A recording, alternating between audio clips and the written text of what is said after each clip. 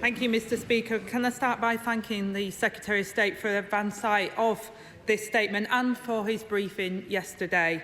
Hateful extremism threatens the safety of our communities and the unity of our country. Everyone across this House can agree that this is a serious problem which demands a serious response. So I want to begin by saying from the outset, when it comes to our national security, when it comes to the threat of radicalisation, when it comes to the toxic scourge of Islamophobia, neo-Nazism, anti-Semitism or any other corrosive hatred, the whole House can and should work together. The way the government does this work matters, and the language that we all use is important. And I want to welcome the Secretary of State's opening words that it is our diversity and our values which make our country stronger. Indeed, the Secretary of State is right to raise the concerns about the dangers facing our elected representatives. We must be free to represent the views of our constituents. We all have a responsibility to work to extinguish the flames of division and never to fan them. While it may be part of the nature of our politics for passion to sometimes take centre stage, and while we may challenge and probe these plans today, if the Secretary of State wants to engage going forward, he has my word that we can do so in good faith. And the reason that I say challenge is because I do believe he's made a mistake in the way that this policy has been trailed in the last week. So I'm glad that he's now come to the House to give clarification. But it is not right that we have spent the last few days poring over a possible new definition in the papers. And it's not right that the Department has leaked the names of groups that may or may not be covered by this definition when he rightly says this work should be based on due diligence. And it is not right that each stage of the recruitment of a new Islamophobia advisor has been mired in controversy. So can the Secretary of State confirm he has now appointed an advisor? So on today's announcement, Mr Speaker, we will scrutinise this new definition, and it will be crucial to see the way it is applied in practice. But can I ask the Secretary of State to set out today how the new Centre of Excellence will operate and how it will be resourced?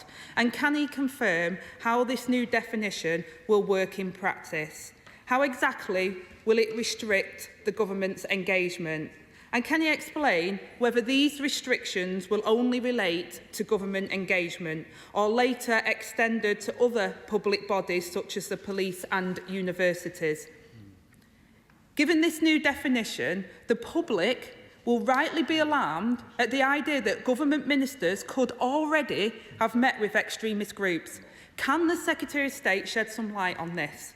Renewed vigilance and diligence is welcome, particularly in the current climate, but if his own department now needs to cut ties with extremist groups, it begs the question why they were working with them in the first place.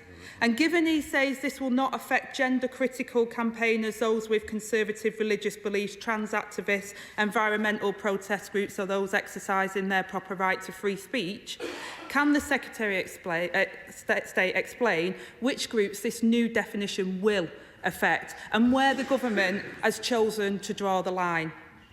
Mr Speaker, this is not the first time that the government has identified this risk or promised to act. As the Secretary of State mentions in his opening, at the beginning of 2011, well back then, the Conservative Home Secretary told the House that if organisations do not support the values of democracy, human rights, equality before law, participation in society, we will not work with them and we will not fund them.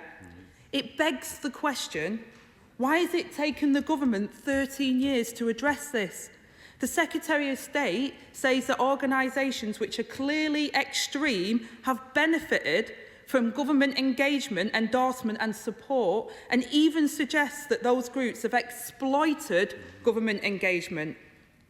Can he understand how deeply concerning this is to hear? He must explain exactly how this has been allowed to happen. Mr Speaker, we know that there has been a huge surge in online extremism. And can the Secretary of State give assurance on how this will be dealt with? What action he is taking to work cross-government to assess and confront online hate? We know that extremism doesn't exist in a vacuum, and we need political leadership on this. But a quality of good leadership is to empower others. The Secretary of State says that the Department has been working with faith groups, civil society and local councils, and I agree that they all have a crucial role to play in tackling extremism. But what form has that consultation taken? And will he publish the findings of that consultation?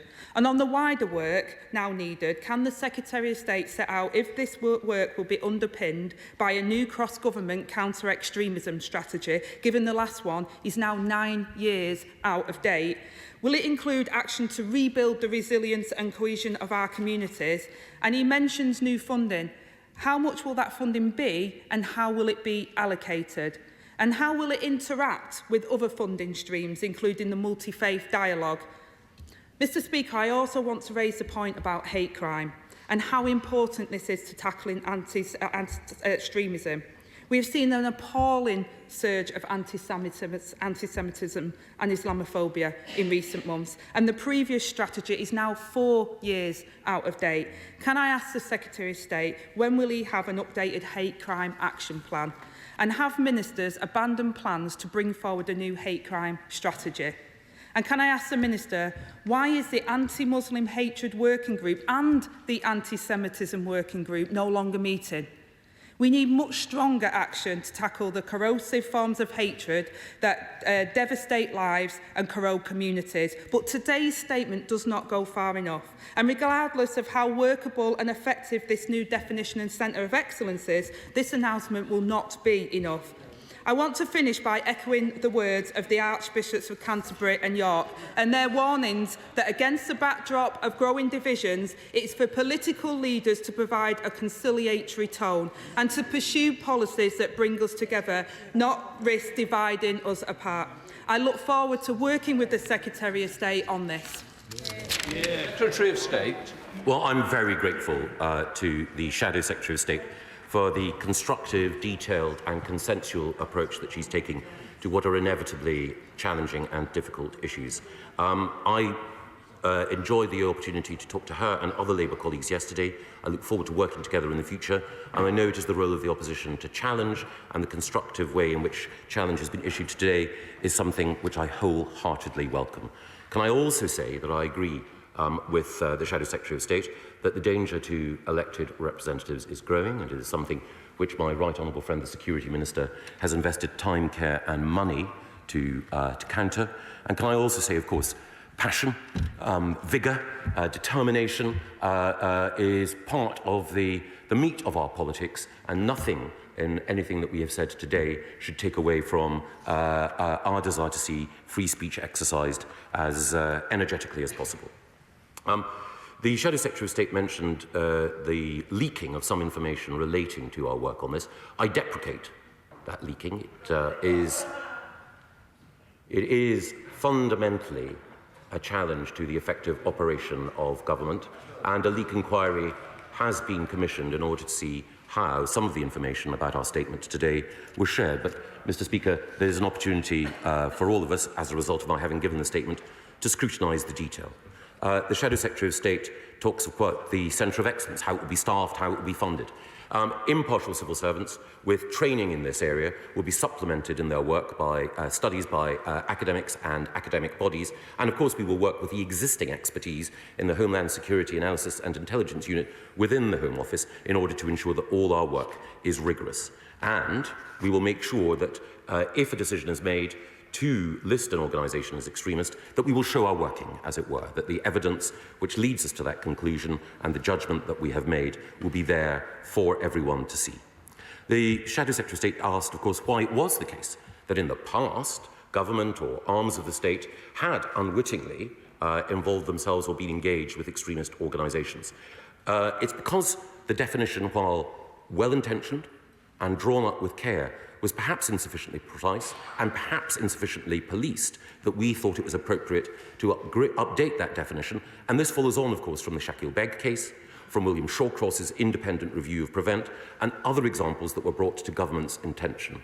And I think the real sin would be having been told by independent figures, by the courts, and by William Shawcross that we needed to look again at our approach, the real sin, I think, would have been not to, and to have stuck to a course which had led to mistakes in the past. And of course, the Shadow Secretary of State asks about wider work on resilience. We'll be publishing a more detailed action plan which will include funding commitments to support organisations on the ground which do build up a greater degree of community resilience, and I look forward to working with her and others in local government to achieve that valuable end.